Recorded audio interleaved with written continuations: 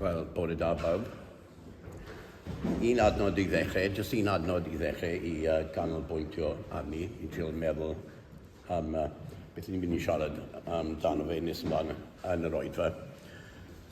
Dyma eiriau diwedd Joshua. Onid oedd wedi gorchymyn i ti, bydd yn gryf a dewr. Paid ag arswyd o, na dechrau, oherwydd yr oedd fi yr arglwydd y ddiw gyda thi, ble bynnag yr ei.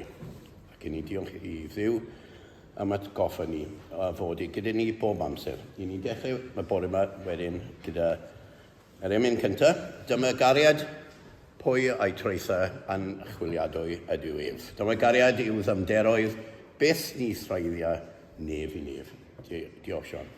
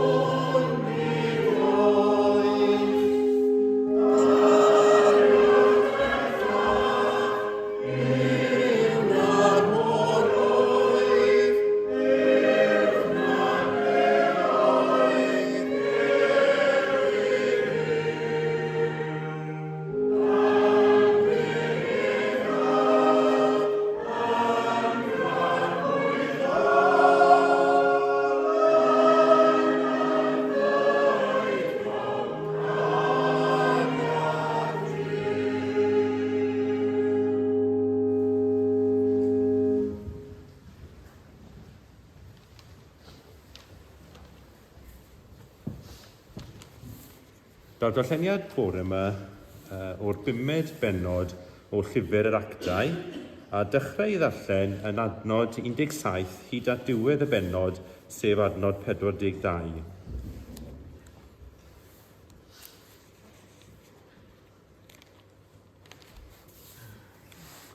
Llanwyd yr archoffeiriaid ag ei ddigedd a'r holl rai hynny oedd gydag ef, sef plaid y Sadwceaid.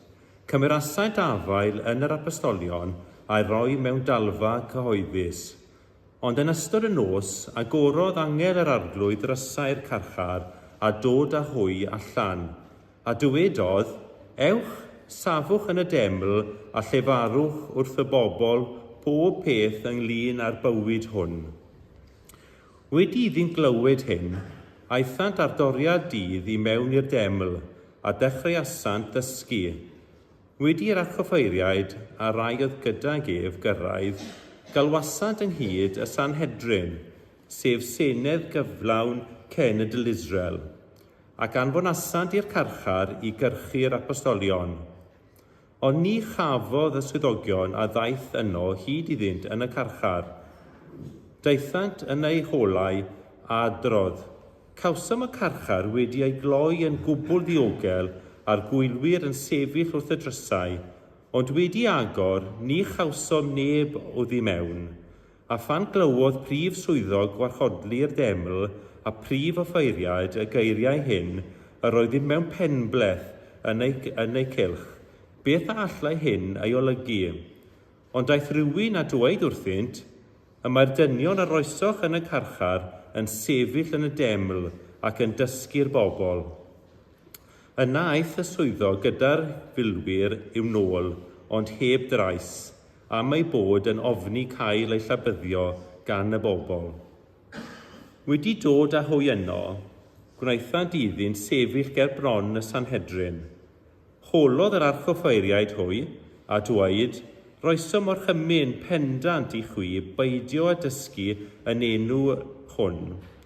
A dyma chwi wedi llenwi Jerusalem a'ch dysgeidiaeth, a'ch bwriad yw rhoi'r bai arnom ni am dywallt gwaed y dyn hwn. Atebodd Pedr a'r apostolion, rhaid i fyddhau Dduw yn hytrach nag i ddynion. Y mae Duw ein hynafiaid a ni wedi cyfodi Iesu yr hwn yr oedd e chwi wedi ei llofryddio trwy ei grogi ar bren. Hwn a ddyrchafodd Duw at ei law dde yn ben dywysog a gwaredwr i roi edifeirwch i Israel a maddeiant pechodau. Ac yr ydym ni yn dystion o'r pethau hyn, ni a'r ysbryd glân a roddodd Duw i'r rhai sy'n ei fyddhau iddo. Pan glywsant hwy hyn, aethant yn ffyrnig ac ewyllysio ei lladd. Ond fe gododd yn y Sanhedrin rhyw Phariseaid o'r enw Gamaliel, athro'r gyfraith, gŵr berchyd gan yr holl bobl, ac archodd anfon y dynion allan am ychydig. Wir Israel, meddai, cymerwch ofal beth yr ydych am ei wneud ar dynion hyn, oherwydd dron ôl cododd Theudas gan honni ei fod yn rhywun, ac ymunodd nifer o ddynion ag ef ynghylch 400. Lladdwyd ef a chwalwyd pawb oedd yn ei ganlyn, a gaethant yn ddim. Ar ôl hwn, cododd Judas y Galileaid yn nyddiau'r cofrestru, a thynnodd pobl i'w ganlyn, ond darfu amdano yntau hefyd, a gwasgarwyd pawb o'i ganlynwyr. Ac yn yr achos hwn, rwy'n dweud wrthych, ymogelwch rhag y dynion hyn. Gadewch lonydd iddynt, oherwydd os o ddynion y mae'r bwriad hwn, neu'r weithred hon, fe'i dymchwelir. Ond os o Dduw y mae, ni fyddwch yn abl i'w ddymchwelyd. Fe all eich ceir chwi yn ymladd yn erbyn Duw, ac fe perswadiwyd ganddo. Galwasant yr apostolion ardynt ac wedi ei fflangellu a gorchymyn iddynt beidio a llefaru yn enw Iesu, gollyngasant hwy'n rhydd. Aethant hwythau ymaith oedd y Sanhedrin yn llawen a iddynt gael eu cyfrif yn deilwng i dderbyn amarch mwyn yr enw. A phob dydd yn y deml ac yn ei tai, nid oeddynt yn peidio a dysgu a chyhoeddi'r newydd da am y Meseia Iesu. Amen. Diolch, Steve. Diolch. Cyn ni'n troi at Dduw mewn gweddi nawr, i ni'n gweddio. O arglwydd ein Duw, ni'n diolch bod ni'n gallu dilyn yn y traddodiad hwnnw, bod ni yn cwrdd heddi unwaith eto i gyhoeddi y newyddion da yn enw Iesu Grist, y Meseia, y gwaredwr.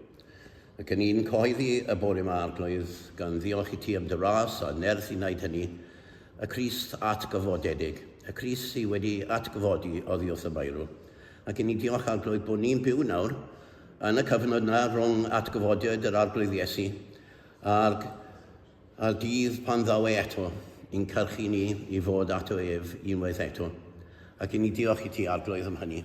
I ni'n edrych ymlaen at hynny arglwydd achos i ni'n griddfa yn y brydiau, i ni'n ochneidio gyda'r greadigaeth yma, i ni'n gweld yn hunain arglwydd yn methu wneud y pethau dylen ni fod yn wneud arglwydd. Ond yno ni yn y dehead i dy wasanaeth i ti, i fod yn ifydd i ti, i fyddhau i ddiw yn hytrach nag i ddynion, i fod yn ddewr ac i Siarad mas arglwydd dros o ti, dros yr efengyl, dros yr arglwydd Iesu Grist, a'r cyfan mae di wneud dros bechaduriaid, dros ni arglwydd, i fod e wedi dod i'r bywyd hwn, byw y bywyd perffaith hwnnw, a marw yn ein lle ni, a derbyn y gosb oedd i fod i ddod i ni, a'n eto arglwydd mae e wedi cymryd arno fe a'n pechodi i gyd. Ac i ni diolch i ti am hynny, ac i ni'n cyhoeddi hynny y bore yma, ac byddwn ni wrth i yn cyhoeddi hynny arglwydd drwy dydd, yn newyddion da am yr arglwydd Iesu Grist, y ryddid sy'n yn ddwyf. I'n tynnu ni oddi wrth ni yn hunain, oddi wrth y gosb oedd yn haeddiannol i ni, oddi wrth y gosb oedd i ddod, oddi wrth farn sydd i ddod arglwydd, yn lle hynny y bywyd tragwyddol, y gwynfyd, pan fyddwn ni gyda gef, pan el y byd y dan, ac edrych yn ei hyfryd wedd gan harddach nag o'r blaen. Ac i ni gweddio arglwydd dros y rai o'n plith ni sy'n allan y bore yma yn coeddi yr un neges o obaith, am achubiaeth, am ryddhad, am ollangdod, am gael bod yn weision i'r arglwydd Iesu Grist. So ni'n gweddio dros John yn Pontarddulais y bore yma, dros Stephen George, arglwydd, y Mariah Llanelli, ni'n meddwl am Griff, yn y bont hefyd, yn y gopa, ac Hugh yn Salem Llangennych. Ac yn ei gweddio arglwydd am dyfendith arnyn nhw, am unaeniad, am ryddid, arglwydd i gyhoeddi dair yn hi ac yn ddiofn. O arglwydd, yn y dyddiau hyn sy'n dywyll a mae yna chydig sy'n dod i gredu, i ni'n diolch i ti bod yn obaith eto yn yr efengyl. Ni'n diolch i ti am y cyfleoedd ni wedi cael wrth y syn i goeddi denw di, ac i ni'n gofyn am dyfendith ar y pethau hyn. Yn o arglwydd, na ni'n weision buddiol a ffyddlon i ti. Na ni'n weision sy'n sefyll yn gadarn dros y gwirionedd arglwydd. Helpa ni gredu y pethau hyn. Hyd yn oed ar degau pan ni'n gweld pwy mor anodd yw i gredu pethau oherwydd y ffordd i ni. Y ffordd i ni mor gnawdol arglwydd, mor fydol, y ffaith bod ni ddim yn wahanol i'r byd a'r brydau. Helpa ni i ddal ymlaen arglwydd. Cytia yn o'n ni. Diolch bod yr arglwydd wedi addo bod y byth yn mynd i gadael ni, na gadael ni yn amddifad. Diolch i ti am hynny. O arglwydd ein diwn ni. O arglwydd Iesu, bydd yn agos ato ni heddi. Dere yn agos, dangos dy hunain i ni. Gad i ni fod fan hyn y bore yma, a trwy dydd a phob dydd yn ymwybodol o dy bresenoldeb di, yn ein nerth i ni, yn ein gyrru ni ymlaen, yn ein cynnal ni, yn ein calanogi ni. Ac i ni'n sylweddoli arglwydd bod i mor rhwydd dod bore yma, bod i'n hawdd i ni ddod drwy'r dros yna. Mae'n hawdd i ni jyst eisiau lawr fan hyn. Sym rhaid i ni ofni, sym perygl i ni. Sneb yn mynd i ddod mewn i cytio yn ni, yn llysgwr i bant. Sneb yn mynd i'n cyncharu ni, yn cosbi ni, yn bwrw ni, yn lladd ni hyd yn oed. Ond ni'n yn gweddio arglwydd dros ein brodyr a chwiorydd mewn gwledydd eraill, le mae mor anodd. Mor anodd sefyll, mor anodd bod yn gadar, mor anodd arglwydd dod ynghyd i addoli, mor anodd cael gafel a dair di. Ac ni'n gweddio dros nhw, Gogledd Corea, meddwl am Pakistan, ni'n meddwl am y bobl yna sy'n goffi gweithio yn y llefydd brics yna, arglwydd dan ymgylchiadau anodd iawn. I ni'n meddwl am Qatar arglwydd y bore yma. Bydd yna cymaint o sôn am Qatar yn y wythnos nesaf, ac ni'n cofio dy bobl di yn arbennig yn y wlad honno, sy'n mewn sefyllfa mor anodd arglwydd. Ni'n ymbil yn y ti arglwydd i, fod yn agos atyn nhw, ac i cynnal nhw, ac i fod arglwydd yn bopeth iddyn nhw. Ond diolch arglwydd bod ni yn cael y fraint o cyflwyno y pethau yma i ti, y fraint o ddod ynghyd yn denw ti, yn yr enw mwyaf mawr, erioed y clywed sôn. Felly derbyn ni nawr arglwydd, bydd gyda ni. So mae angen ti arno ni bob amser, angen ti arno ni nawr arglwydd, dere ato ni, trwy ysbryd glân i ni'n gofyn, a trwy enw Iesu Grist, a'n caedfod bendigedig. Amen.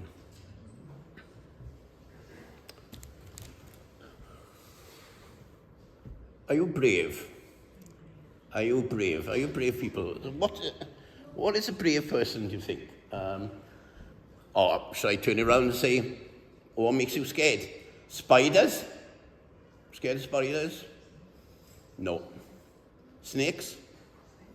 What's apparently the scariest roller coaster there is in the UK is called, I did have it down here, it's the one in Thorpe Park, Stealth. Anybody been on that? Anybody fancy being on that? Anybody love going on those sort of things? What really makes you brave? Are you brave people? Can be scary. Standing in front of people this morning, that can be scary. Other things can be scary.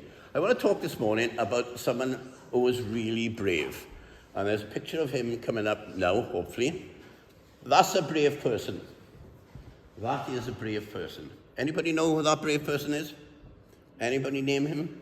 Very brave person. He died in September. Kobe? No? He looks like anybody's grandfather, doesn't he? Nice, friendly person. You go and have a chat with him, tell you a nice story. Anybody know? Anybody at all know who this is? Brother Andrew. Brother Andrew. Brother Andrew.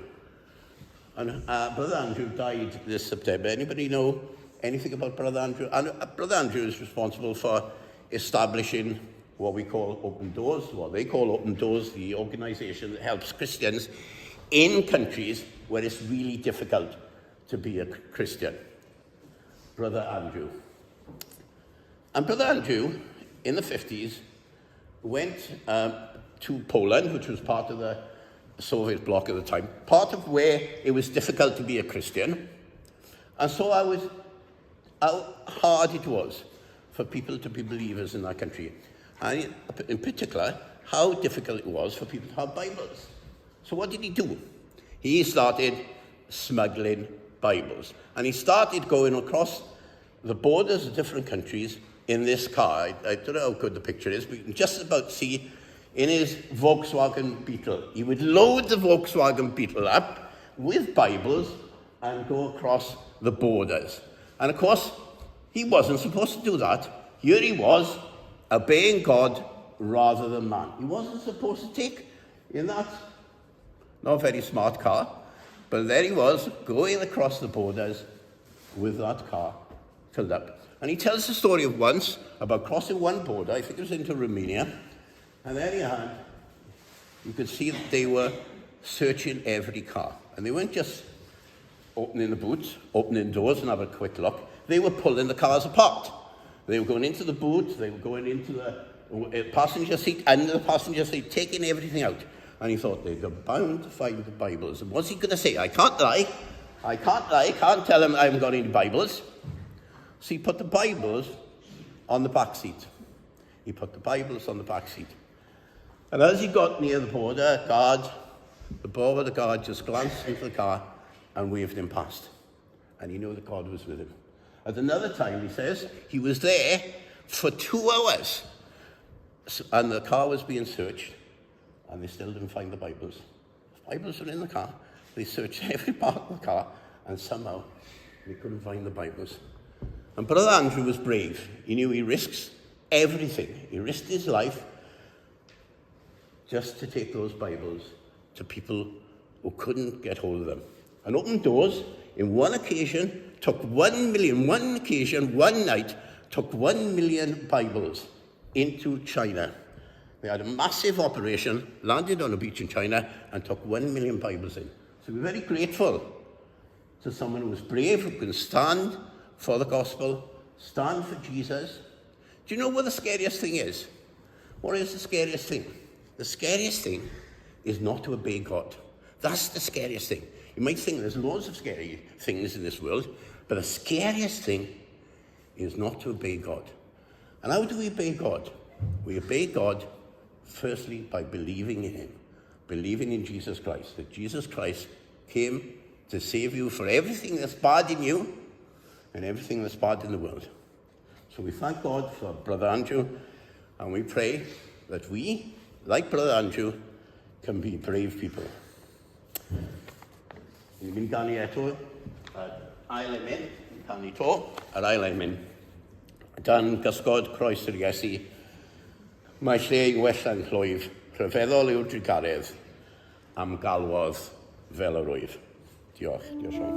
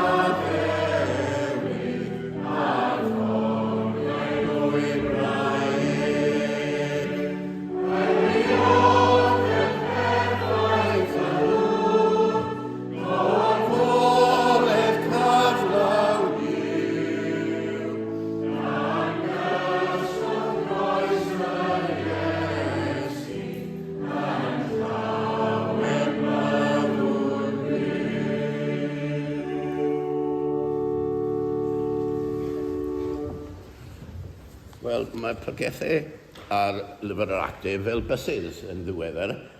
Chi ddim yn cael un am sbel, a wedyn ni'n cael y trydydd un y bore yma. Os ydych chi'n cofio, rhyw bythefnos, 2 wythnos yn ôl, oedd Hugh yn pregethu ar actau 9, a wedyn wrth ddechrau gyfres ar Philippiaid, oedd John wedi pregethu ar actau 16. Wel, dyma actau 5 y bore yma. I chi y mathemategwyr, efallai byddwch chi'n gweld rhyw gyfres yn gallu gweithio peth mas 16, 9 i 5. Wy'n cofio blynydde baith yn ôl, rhyw, efallai 20 mlynedd yn ôl, efallai drosodd, pan o'n i yn noddfa Pontarddulais i fi fynd gyda Myron Thomas i ryw gynadledd Indiaidd gyda'r OMF yn Bristol. A pwy oedd yn siarad fyna, os fi'n cofio nawn, ac fi ddim eisiau gwneud cam o hynny, ond Michael Griffiths oedd wedi bod yn arwain o OMF, a wedyn wedi mynd i goleg diwneddol i ddilithio. Ac oedd hi'n siarad am actau, ac o'n i'n meddwl ar y pryd, oedd gyda fi y fath afel ar y llyfr, fel o'n i'n meddwl, wel, sy'n ni'n gallu cael fath afel ar lyfr yr actau, wel, byddwn ni'n Gristion gwych. Wel, wy ddim wedi llwyddo mor belled i gael gafel.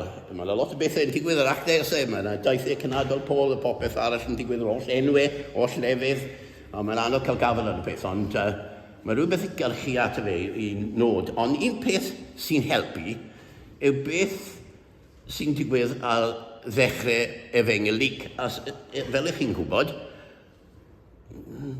2 gyfrol sy'n gyda ni fan hyn, gan Luc. Efengylig a wedyn actau. 2 gyfrol gan yr un awdur. A rhaid ar ddechrau Efengylig, mae Luc yn dweud hyn, os bod yn cyfarch Theophilus, mae'n gweud hyn, bod yn sgrennu y peth yma mwyn i chi fod yn sicr. Mae'n sgrennu y pethau hyn, mae'n cofnodi y peth yma yn Efengylig a'n llyfr actau fel bod ni'n sicr. Fel bod ni'n siŵr o beth ni'n credu. Bod ni'n cael gafel ar peth yma a ni'n dal yn gafel ni. A ni ddim yn gadael y peth yma i fod. Ni ddim yn gwobalu, ni ddim yn ansicr, ni ddim yn y tir canol, i ni'n sicr o peth yma. Na pam mae'n sgrennu nhw. A mae'n help. So pan ni'n mynd drwy lyfr actau, i ni'n cofio hynny, bod e fod yn gymorth i ni fod yn siŵr. Nawr, gallwn ni fod wedi cael rhyw 4 pregaeth mas o'r benod yma o'n i'n ffindo.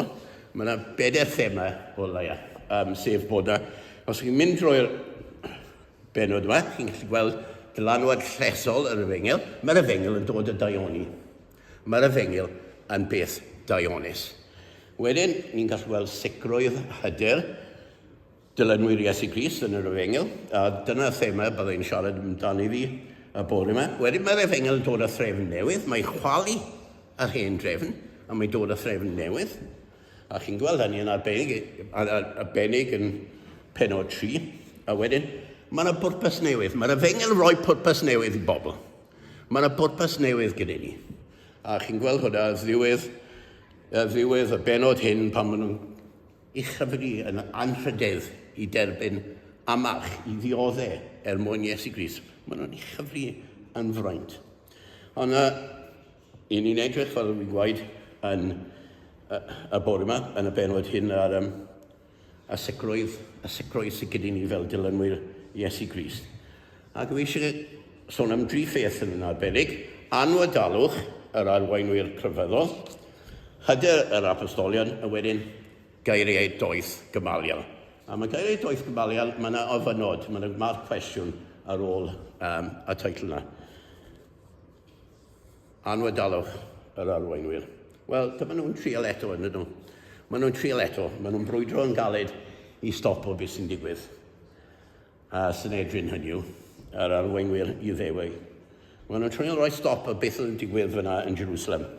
Ac mae'r cyfeithiad Cymraeg diwygiedig ddim cweit yn gywir, really, yn adnod 17. Mae'n dechrau gyda ond llanwyd yr archoffeiriad a gael ddigedd. Ond beth sy'n na yw gair codi, cododd. Dyna beth sy'n cyfeithiad William Morgan, dyna beth sy'n y cyfeithiadau modern Saesneg, cododd yr archoffeiriad. A ni'n cael yr un gair tair gwaith ar ddechrau y dan yma, yn gynystod y dan yma, yn gweud gwir.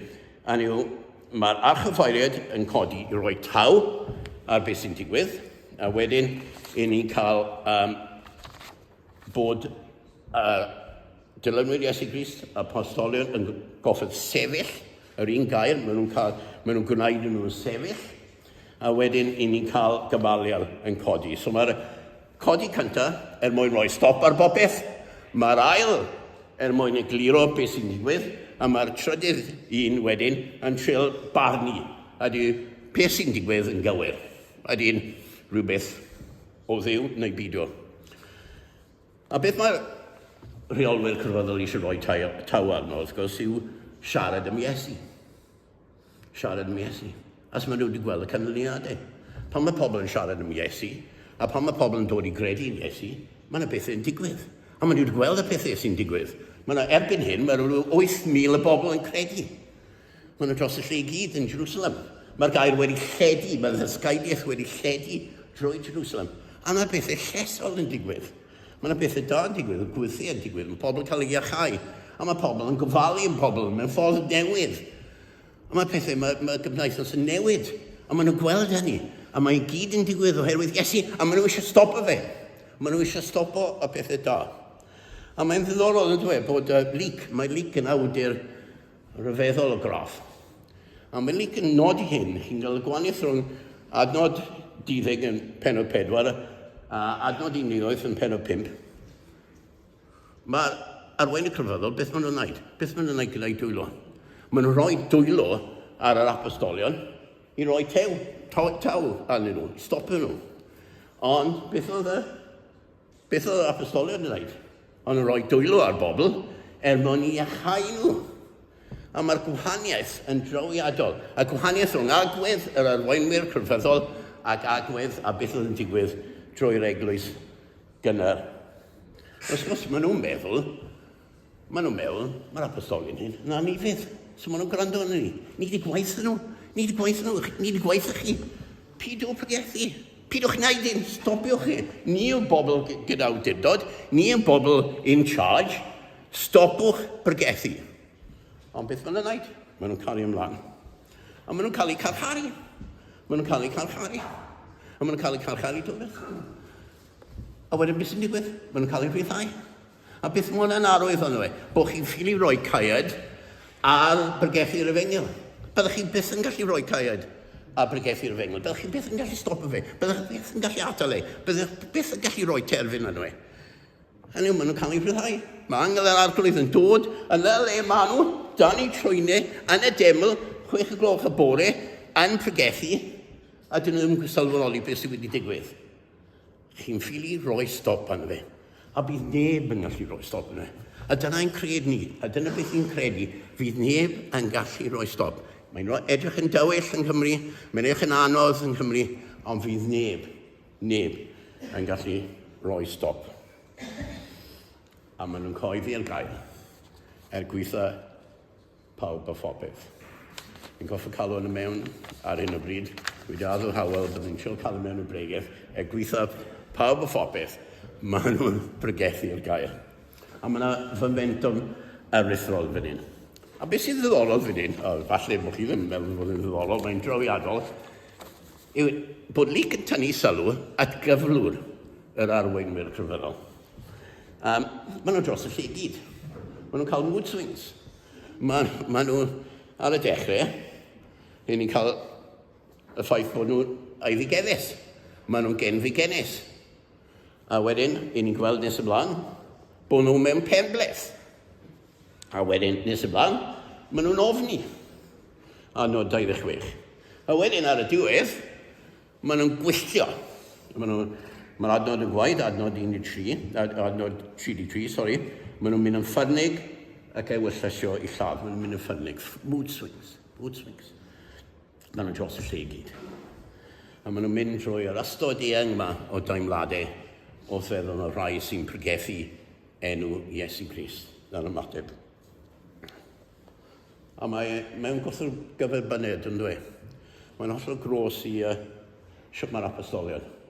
Os beth ni'n gweld gyda'r apostolion, sicrwydd, heddwch, dewder, ymroddiad, le ar ochr arall, yn gwrthgyferbyniad llwyr. Ni'n gweld nhw, bohwman yw'r gair hen ail, gewch chi yn effesiad dros y lle gyd. Mynd nhw un peth i'r llall. Ac mae Luc yn tynnu sylw at y ffaith bod yn beda, mae daimladau cymysg cyn yr ystod y daimladau, mae'r holl spectrwm yn daimladau sydd gyda nhw, yn deillio genfigen. A pam genfigen? Pam maen nhw'n genfigenus? Wedi bod yn puzzle am rili. Pam mae'n emosiwn na? Genfigen, fel ni'n gwybod, mae'n emosiwn peryglus iawn. Falle byddwn ni'n deall dicter, falle byddwn ni'n deall sy'n nhw'n amddiffynol, achos yn adnod 28, maen nhw'n gwaed wrth yr apostolion, a bwriad chi, i roi y bai arno ni am dywyll y gwaed hwn, sef y bladd Iesu Grist. Hynny yw, chi moyn stitio ni lan. Chi moyn stitio ni lan am y ffaith bod ni wedi lladd Iesu Grist. So, fel arfer, bydd pobl yn dweud, we ddim derbyn y cuddiad na. Ond cenfigen. Pam cenfigen? Pam ni'n genfigenus o brydiau? Cos mae cenfigen yn codi pan fydd rhywbeth yn bygwth ni, pan yna rhywbeth yn newid i ni. Rhywbeth wedi gymryd oddi wrthyn ni. Neu mae'n codi pan ni'n gweld rhywbeth gwell ni'n ffili cael gafel ydw e. Ac yna'r achos hyn, mae cenfigen yn codi achos maen nhw'n colli grym. Mae pethau'n newid. Mae yna symudiad. Mae pethau mawr yn newid. A mae'r hen drefn grefyddol i ddewig yn cracio, yn dydfailio. Ac maen nhw'n gweld hynny. Mae'n gweld bod nhw'n colli grym. Mae colli grym yn gallu bod yn rhywbeth o ddadwn fe. Mae rai pobl yn licio cadw gafel ar ei grym. A maen nhw'n colli grym. So, maen nhw'n dwyn yr apostolion ger i bron nhw i ateb unwaith eto, pam eich chi wedi bod mas na am pregethu yr enw hwn yn lle gwrando arno ni, lle bod i ni'n fydd ni. Ac y cwestiwn yw, sut byddwn ni fel la? Sut byddwn ni sy'n ni wedi cael ein dwyn ger bron y Sanhedrin? Sut byddwn ni? Sut byddwn ni'n teimlo? A sut o'n nhw'n gallu bod mor hyderus, mor gryf, mor nerthol, mor gadarn? Sut o'n nhw'n gallu bod fel na? So'r ail bwynt sy'n gen i yw dewrder yr apostolion. y hyder nhw yn yr efengil. Maen nhw wedi cael eu carcharu ddwywaith. Mae Peder i o yn y tro cyntaf, wedyn y cwbl lot o'r apostolion yn cael eu cloi bant yr ail tro. Maen nhw'n wynebu cosb ddifrifol. Maen nhw'n thebyg marwolaeth. A maen nhw'n sefyll ger bron i gwrthwynebwyr. Maen nhw'n edrych i fyw i llyged nhw. A maen nhw'n ewn. A maen nhw'n hyderus. A maen nhw'n sicr yn ei beth maen nhw'n gredu. Dwi ddim yn rhyw fath o gyflwyniad PowerPoint nice, a maen nhw'n mynd drwy'r slides yn ofalus. Maen nhw'n sylweddoli bod nhw'n na, a bod yna berygl i'w bywyd nhw, bod nhw'n gallu cael eu llusgo bant a'i lladd unrhyw funud. A sut o'n nhw'n gallu bod mor hyderus ac yn ddew? Wel, yn pennod 4, i ni'n darllen amdanyn nhw yn gweddio ym hyder. A mae'n ddiddorol mewn ffordd, yn dweud. Achos pennod 4. Ni wedi cyrraedd pennod 4, diwedd pennod 4, a beth sydd wedi digwydd? Llwyth o bethau. Peder wedi sefyll, ni wedi cael y fendydd, ni wedi cael pethau ar dydd Pentecost, ni wedi cael Peder i Iowan yn goffod ymddiffyn unwaith eto o flaen y Synedrin, a dyma nhw unwaith eto yn dod yn cyd i weddio ym hyder. Achos bod angen y peth yn gyson arnyn nhw. Bod angen i nhw ddod ger bron Duw. Maen nhw'n sylweddoli bod nhw heb ddiw, maen nhw'n ddiamadredd. Fel i ni'n sylweddoli, heb ddiw, heb allu Duw, i ni'n hollol ddiamadredd. So maen nhw'n dod, ac maen nhw'n gweddio am hyder. Hyder i allu coeddi enw Iesu Grist. A mae yna 3 reswm, really, sut maen nhw'n gallu bod mor hyderus yn bennaf. 1, maen nhw'n wahanol, maen nhw'n sefyll mas. 2, maen nhw'n gweddio. A 3, maen nhw'n ymwybodol o'r Crist at gyfodedig. Maen nhw'n ymwybodol o'r Crist at gyfodedig. Maen nhw'n wahanol achos i hymlyniad wrth Iesu. A dyna'r peth pwysica, oherwydd bod nhw'n glynu wrth Iesu Grist. Maen nhw'n wynebu gwrthwynebiad oherwydd Iesu Grist. A dim reswm arall. Ac os ydych chi'n darllen y darn yn Actau 4, le maen nhw'n dod yn hyd i weddio, beth sy'n gefndir i'w gweddi nhw, Psalm 2. A ni'n gyfarwydd y Psalm 2, bod y cenedloedd yn terfysgu, bod Duw yn chwerthin oherwydd y gwrthwynebiad, ond maen nhw'n ymwybodol bod oll beth, oll wrthwynebiad, oll erledigaeth, yr oll dynnu yn gros yma yn erbyn Iesu Grist. A maen nhw'n dweud am gasglodd yn erbyn dy was sanctaidd. Oedd y gwrthwynebu yma yn erbyn Iesu, erbyn bod nhw, achos bod nhw'n cynrychioli Iesu ger bron y bobl. A mae bygythion yn dod i roi taw ar y gynhadaeth yn enw Iesu, mwyn pido lledu enw fe. A mae werth oedi efallai fan hyn, a holi, pam ni ddim yn wynebu y fath wrth wynebiad y dyddi hyn? Pam ni ddim? Pam dyn ni ddim yn teimlo gwrthwynebiad cryf fel o'n nhw'n i wynebu, i brofi yn adeg yr Eglwys Fore? Wel, mae yna sawl reswm, yn siŵr bod gyda chi eich resymau. Mae'n amlwg mewn ffordd i ni'n freintiedig achos bod ni'n perthyn i traddodiad Cristnogol, a mae traddodiad Cristnogol yn y wlad hyn wedi gwreiddio ei raddau helaeth. Ac oherwydd hynny, mae yna oddefgarwch crefyddol, le mae Cristnogaeth reit ar ganol hynny. Mae yna ewyllus da tu at yr eglwys. Mae bobl sydd wedi bod yn y tîmau sy'n ymweld â'r ysgolion yn nodi hynny. Mae nhw'n gwaith, mae nhw'n cael siwt groeso wrth bod nhw'n mynd i'r ysgolion. Mae yna ewyllus da tu at yr eglwys yma. Ni wedi profi fe dydd Gwener, ni'n profi fe pan ni'n gwneud pethau gwahanol. Mae yna rhywfaint o ewyllus da o hyd yn y tir tu at yr eglwys. Yn wedi go fewn ein diwylliant penodol ni. Ond mae pethau newid, ydyn nhw. Mae pethau yn dechrau newid. A byddwch chi'n gweud, wel, oedd yn roedd ydyn nhw, oedd yn byw yn oes yr apostolion, oedd nhw wedi gweld Iesu, oedd nhw wedi gweld yr Iesu atgyfodedig. Ond i ni, yn adeiladu ar sail yr apostolion a'r proffwydi. A beth yw hynny? I ni'n adeiladu ar y gael. Sail yr apostolion a'r proffwydi yw'r Beibl. a ni'n adeiladu ar hwnna. A beth sy'n achosi y gwrthwynebiad mwyaf y Beibl? Y gred yn y gair. O pobl eisiau newid pethau. Dyma mynd i gredu rai o pethau yna. Dynnu rai o pethau ffwrdd. Y gair, y sail yna. Falle bod ni ddim yn oes yr apostolion, ond ni gyda rhywbeth gwell. Ni gyda'r gair cyflawn. Ni adeiladu y sail yr apostolion a'r proffwydi. Ond efallai, i ni ddim yn profi gwrthwynebiad, achos ni'n damau gwahanol i neb arall nag i ni. Ni ddim yn lot gwahanol. Ni'n byd debyg. Os ddim i gweladwy amdano ni, sy'n crafu cydwybod rhai sydd ddim yn credu. Os fes dim byd fi amlwg. Fan hyn, mae'r gwrthwynebiad fel fydd gwaed i Iesu. Ac os nag yw pobl yn gweld Iesu yn ni, dyn nhw ddim yn mynd i wrthwynebu. Os nag nhw'n gweld Iesu, dyn nhw ddim yn tynnu yn gros i beth ni'n gwaed neu y ffordd i ni.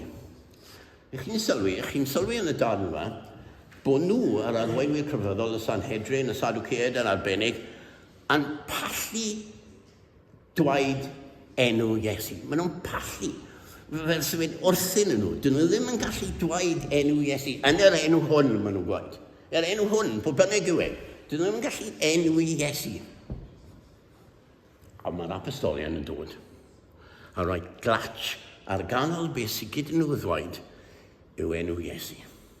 Iesu yn amlwg. A dyna yw ein dehead ni, siŵr o fod fel eglwys, yw bod rhaid ar ganol popeth, ar ganol ein bywydau ni, ar ganol popeth i ni'n wneud, bod Iesu yn amlwg. Iesu, dim ond Iesu. Pan oedd Pedr a Ioan wedi ymddangos ger bron y cyngor yn flaenorol yn y tro cyntaf, beth maen nhw'n gweud? Beth mae Luc yn cyfnodi? Mae Luc yn cyfnodi hyn yn penod 4 adnod 1 i 3. Sylweddolant hefyd ei bod hwy wedi bod gyda Iesu. Bod nhw wedi bod gyda Iesu, ond yn sylweddoli bod nhw wedi bod gyda Iesu. A mae'n her i ni gyd yn dweud. Mae'n her i fi. A dyn nhw'n sylweddoli bod fi wedi bod gyda Iesu. Bod fi gyda Iesu, bod Iesu yno fi, yn yngwythiau fi, yno fi. Crist yno fi, gobaith y gogoniad. A dyn nhw'n sylweddoli. Ydy pobl yn cwmpas ni, pobl yn yr haeli, pobl yn y gymdogaeth. A dyn nhw'n gweld hynny. Sylweddolant. Ond nhw'n sylweddoli i bod nhw wedi bod gyda Iesu. Pan ni'n mynd mas o'r drysau heddi, mae pobl yn sylweddoli bod ni wedi bod gyda Iesu. Dyna yn dihead ni. Ys gwrs, pan mae Duw yn torri mewn i sefyllfa, ac i ni'n byw yn dyddiau pethau bychain, fel ni'n gwybod, pethau bendithion, ni'n diolch i Dduw am y pethau bach sy'n digwydd. Ond pan fydd Duw yn dod yn ei nerth, mewn diwygiad, mewn bendith, ys gwrs, bydd yna wrthwynebiad yn dwysau. Bydd gwrthwynebiad yn dwysau. Bydd e'n ungol, bydd e'n llosgi. Dwi ddim wedi digwydd eto, ond bydd e'n digwydd, a dyna beth ni'n gobeithio amdano fe, ni'n gweddio amdano fe, ni'n gweddio am yr ysbryd glân i ddod yn ei rym fel bod yna ddiwygiad, a pan ddaw e, bydd pobl yn gwrthwynebu ni am fwy ffynnig beth. Mae bendith Duw yn dod, a mae'n wrthwynebiad ac erledigaeth yn dod yn sgil hynny. Ac os gwrs, ynglwmwth gwrthwynebiad, mae'n ddau beth. Gwaharddiad a chosbi. Gwaharddiad a chosbi. Dyna beth sy'n digwydd fan hyn. Gwaharddiad, stopo nhw rhag siarad am Iesu. A maen nhw'n cosbi. Maen nhw'n cael eu cosbi fel chi'n gwybod y diwedd a dal hwn. A mae'n digwydd. Mae'n digwydd eisoes. Mae'n digwydd eisoes yn y wlad hyn. Dwi ddim yn digwydd mor ffôl, a mae'n anodd dychmygu, bydd yn digwydd fel oedd yn digwydd os anghydffynwyr cyntaf, a pethau oedd yn digwydd, a fydd yn digwydd fel mae'n digwydd yn Korea, yn Gogledd Korea, neu yn Pakistan, neu yn llefydd fel yna, a fydd yn digwydd yn y wlad hyn fel yna. Ond mae'n bosib, ynddo? Mae'n bosib. Mae'n bosib. A beth nawn ni? A beth nawn ni? A beth ni'n neud nawr? A beth ni'n neud? Yn wyneb hynny. Falle daw e. Daw bendith a daw gwrthwynebiad. a beth i ni fod yn wneud. Beth maen nhw'n wneud? Oherwydd y gwrthwynebiad, oherwydd bod nhw'n gweld yr angen, maen nhw'n gweddio. A maen nhw'n gweddio da'i gilydd. Maen nhw'n gweddio mewn undod. Mae John a nos Sul wedi sôn am koinonia, ac a'r groeg na, golygu cymdeithas, golygu bod gyda ni bopeth yn gyffredin. A dan yma yn pwysleisio hynny. Sef beth ni'n neud yn gyffredin. Beth ni'n neud yn gyffredin yw galw ar Dduw. I ni'n gweld yr angen dybryd. I ni'n galw ar posibilrwydd, bydd bethau newid. I ni'n gweld a beth ni'n neud. I ni'n galw ar Dduw. Ni'n gwaeddi ar Dduw. Maen nhw'n ymbyl yn Dduw. Codasant hwythau a'i llef yn unfryd at Dduw. Codasant hwythau a'i llef yn unfryd at Dduw. Gyda'i gilydd, yn gytun, ond nhw wedi ymbyl gwaeddi ar Dduw. A nodwedd yr Eglwys Fore. Nodwedd ni? A'i nodwedd ni? Bod ni'n ymbyl ar Dduw. Ac yn ddiddorol, yn gefndir i'w gweddi enw, mae'n ysgrythau bob tro. Bod nhw'n gweddio, maen nhw'n gweddio o'r ysgrythau. Mae'r gair yn bwysig nhw.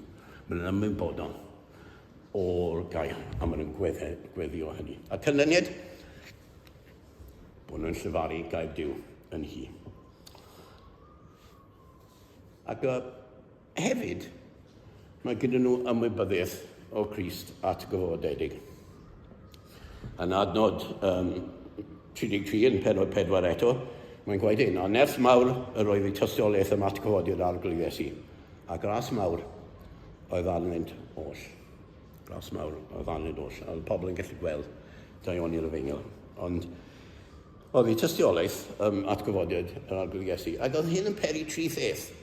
Sawl tri pheth, yn ystod y sgwrs yma, oedd yn peri tri pheth. Ufuddod, cenhadaeth gymunedol, a cyflwyno neges glir. Oedd yn peri yn wneud tri pheth.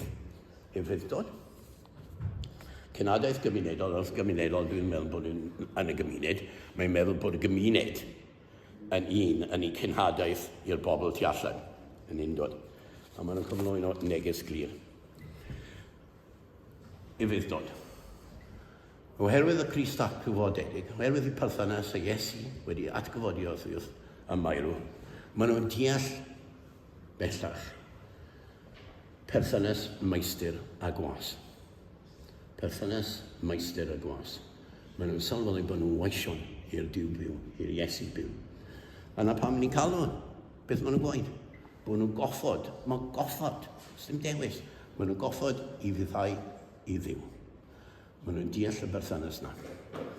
Yn ail, maen nhw'n rhan o gynhadaeth y gymuned Gristnogol yn rhannu enw Iesu.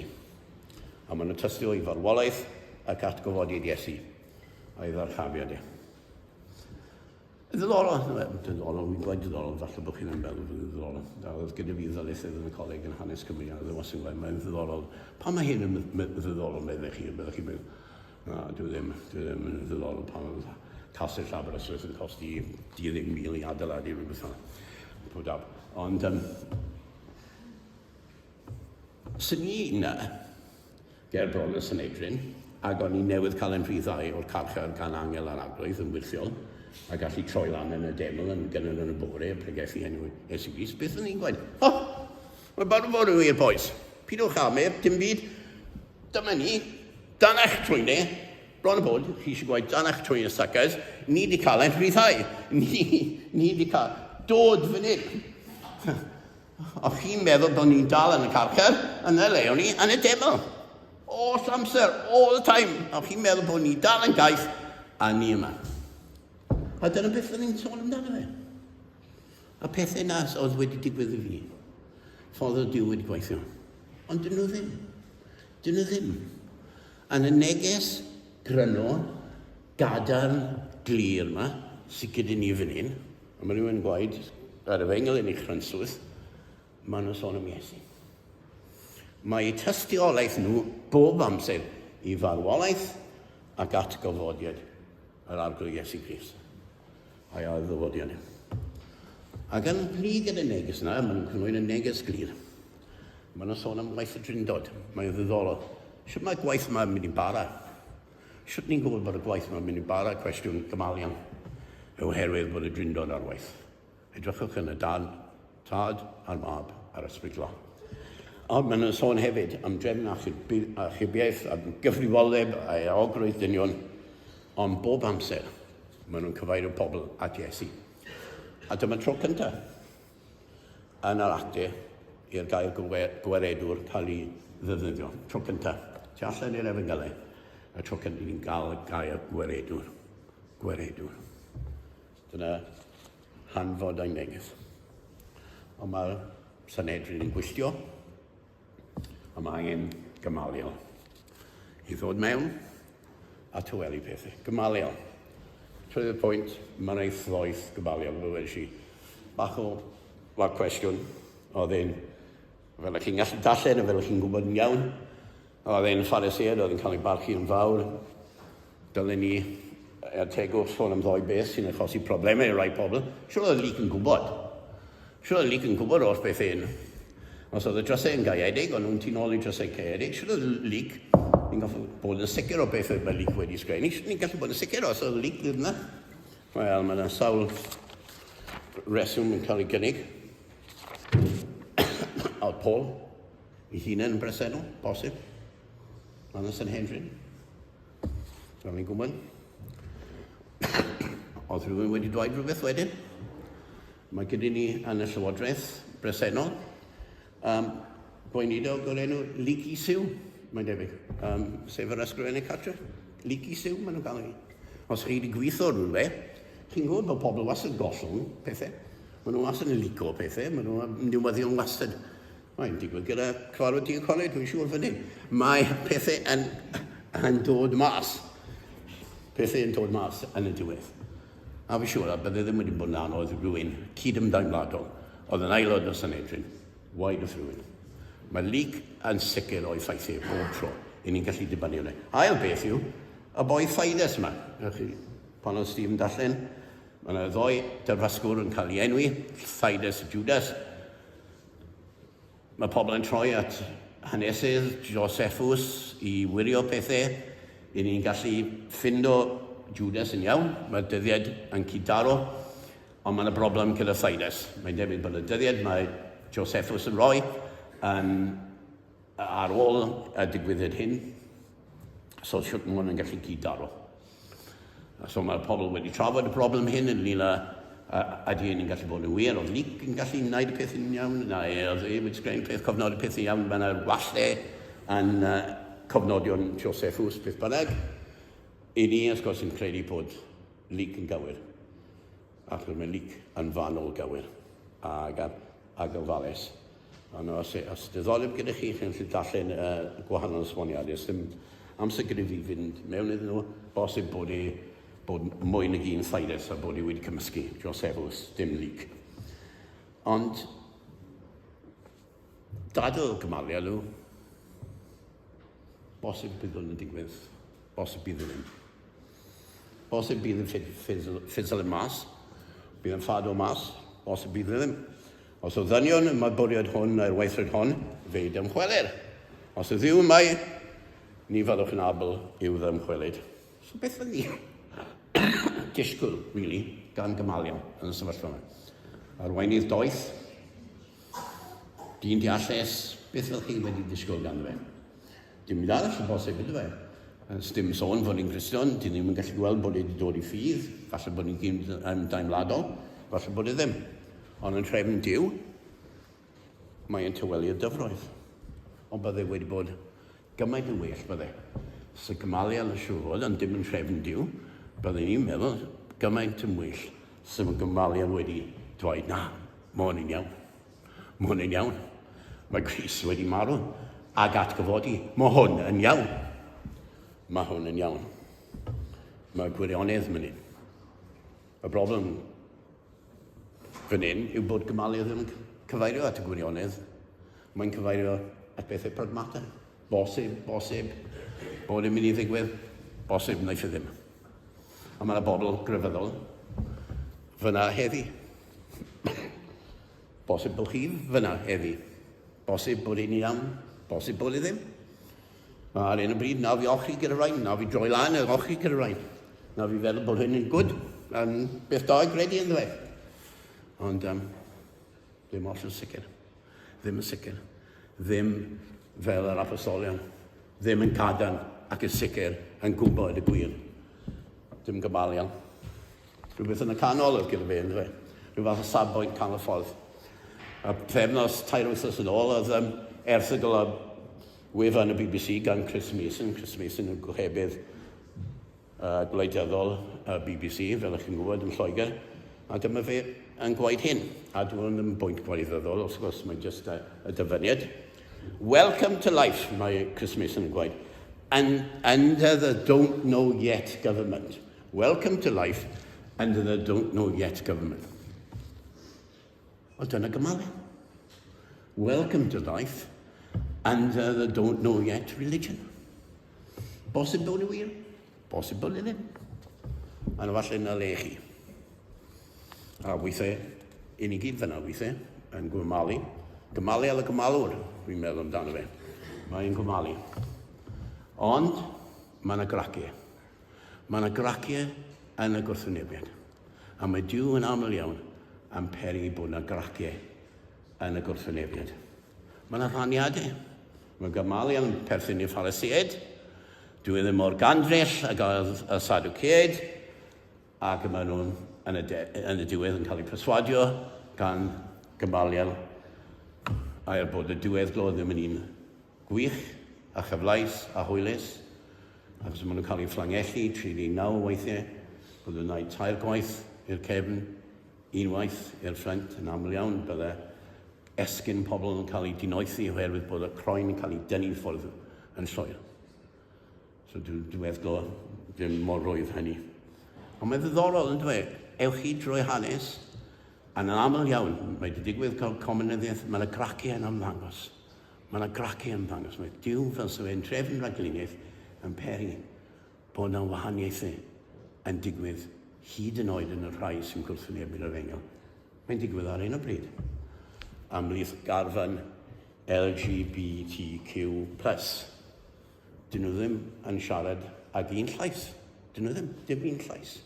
Mae yna anghytundebau o fewn y garfan honno sy'n gwrthwynebu gwirionedd yr efengyl, gwirionedd y gael. A mae yna wahaniaethau. A mae Duw yn gweithredu yn aml iawn drwy chwalu a gwrthwynebiad. Ble ni sefyll y bore yma te? Ble ni sefyll? Ble ni sefyll?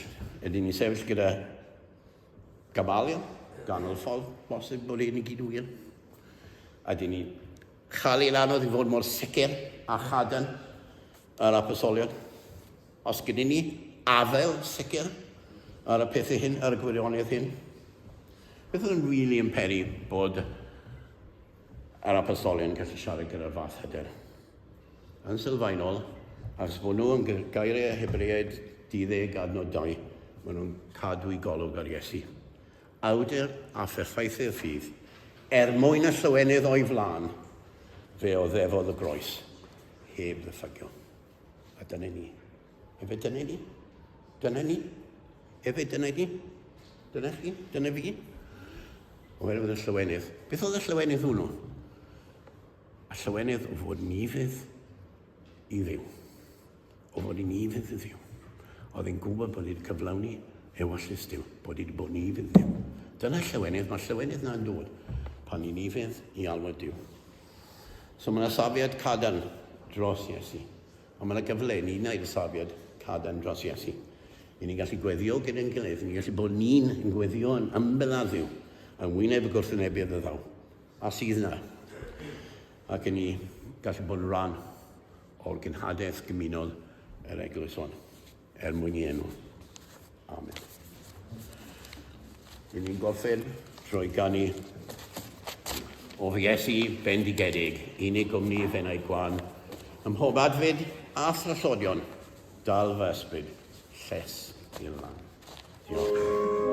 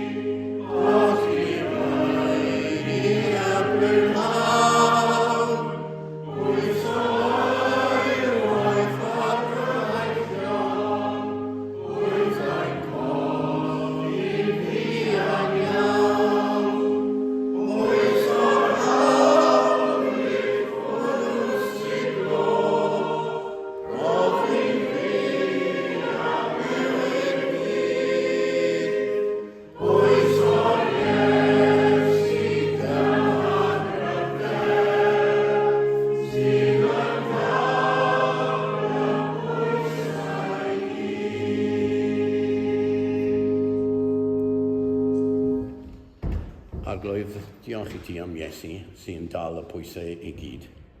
Nawr iddo ef sydd y gallu ganddo eich cadw rhag syrthio, eich gosod yn ddifau a gorfodderus ger bronau agoniant. Iddo ef, yr unig ddiw a'n gwredwr trwy Iesu Gris yn harglwydd, y bydd y gogoniant y mawr hydy, gallu a awdurdod, cyn yr oesoedd ac yn awr, a byth bythoedd. Amen.